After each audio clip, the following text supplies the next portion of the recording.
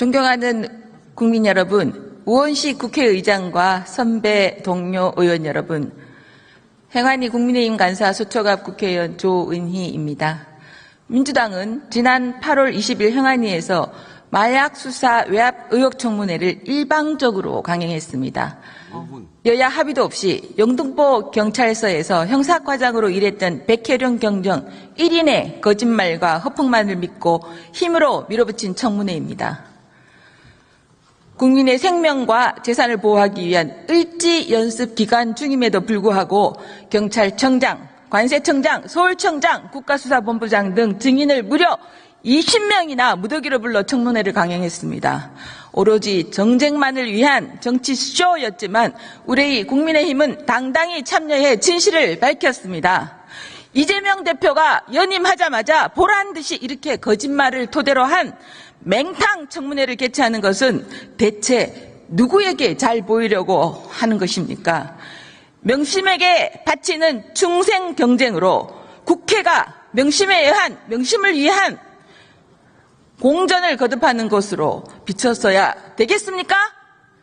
이재명 대표 스스로도 이런 상황을 원치 않는다고 저는 믿고 싶습니다. 지난 8월 20일 열린 맹탕 청문회는 아무런 증거도 없이 팩트도 없이 백혜령 경정의 일방적인 주장으로만 눈살을 찌푸리고 고개만 전 블랙 코미디 청문회였으니 국민 앞에 명백히 드러냈습니다. 무엇보다 새로 밝혀낸 것이 하나도 없었습니다. 이 사건의 본질은 마약 운반책의 진술에 의한 초기 수사 단계에서 세간이 연루된 증거가 없으니 브리핑 과정에서 신중을 기할 필요가 있다는 상부와 관계기관의 의견 개진이 있었을 뿐입니다.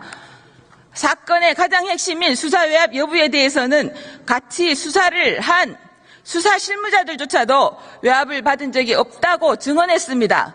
수사에 차질이 생기거나 멈춘 적도 없다고 증언했습니다. 그런데도 백경정은 보이지 않는 손이 작용했다. 그 보이지 않는 손은 용산이라고 거짓말하고 민주당은 백경정의 거짓 주장을 앵무새처럼 되풀이했습니다. 영등포 경찰 과장이었던 백혜령 경정은 그 어떠한 사실 증명도 하지 못했습니다.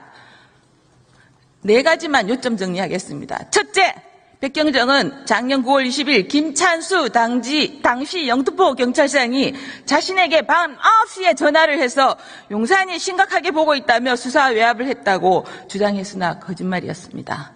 김찬수 증인은 그런 사실이 없다고 증언했습니다. 둘째, 10월 5일 강상문 당시 경찰청 서울청 형사과장이 회의를 통해 브리핑에서 세관을 빼라고 지시했으며 10월 6일 폭력계장을 보내 사건 이첩을 일방적으로 통보했다고 했지만 공식 문서로 확인된 바 없었습니다. 오히려 브리핑 회의도 백경정이 오히려 먼저 요청했다는 상반된 진술만이 있었습니다. 셋째, 10월 5일 조병로 경무관이 전화해 세관을 빼라고 주장했다지만 조병로 경무관은 세관이 들어가 있는지 확인차 전화했을 뿐이라는 상반된 진술이 있었습니다.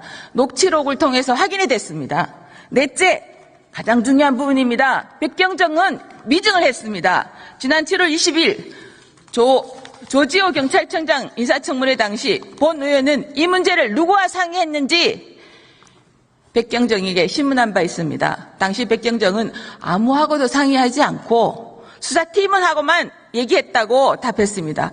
그런데 8월 20일 청문회에서는 일부 사회부 기자들과 논의했다고 상반된 진술을 했습니다. 위증입니다. 민주당에게 호소합니다. 14만 경찰은 국민의 생명과 안전을 지키기 위해서 불찰주야 경찰 현장에서 노력하고 있습니다. 열심히 뛰고 있습니다. 경찰 한 명의 과대 망상에 빠진 위증, 이 경찰 조직 전체를 흔들고 있는데 이 위증에 기대서 정쟁 청문회를 해야 되겠습니까? 안 되죠. 14만 경찰이 당당하게 원칙을 가지고 일할 수 있도록 국회가 뒷받침 해주지는 못할 망정 발목을 잡고 걸림돌이 됐어야 되겠습니까? 안 되죠. 오늘 여야 합의 법안을 통과시키듯이 앞으로도 똥파충군에 하지 마시고 국민의 삶을 민주정당으로 돌아와 주시기 바랍니다. 이상입니다.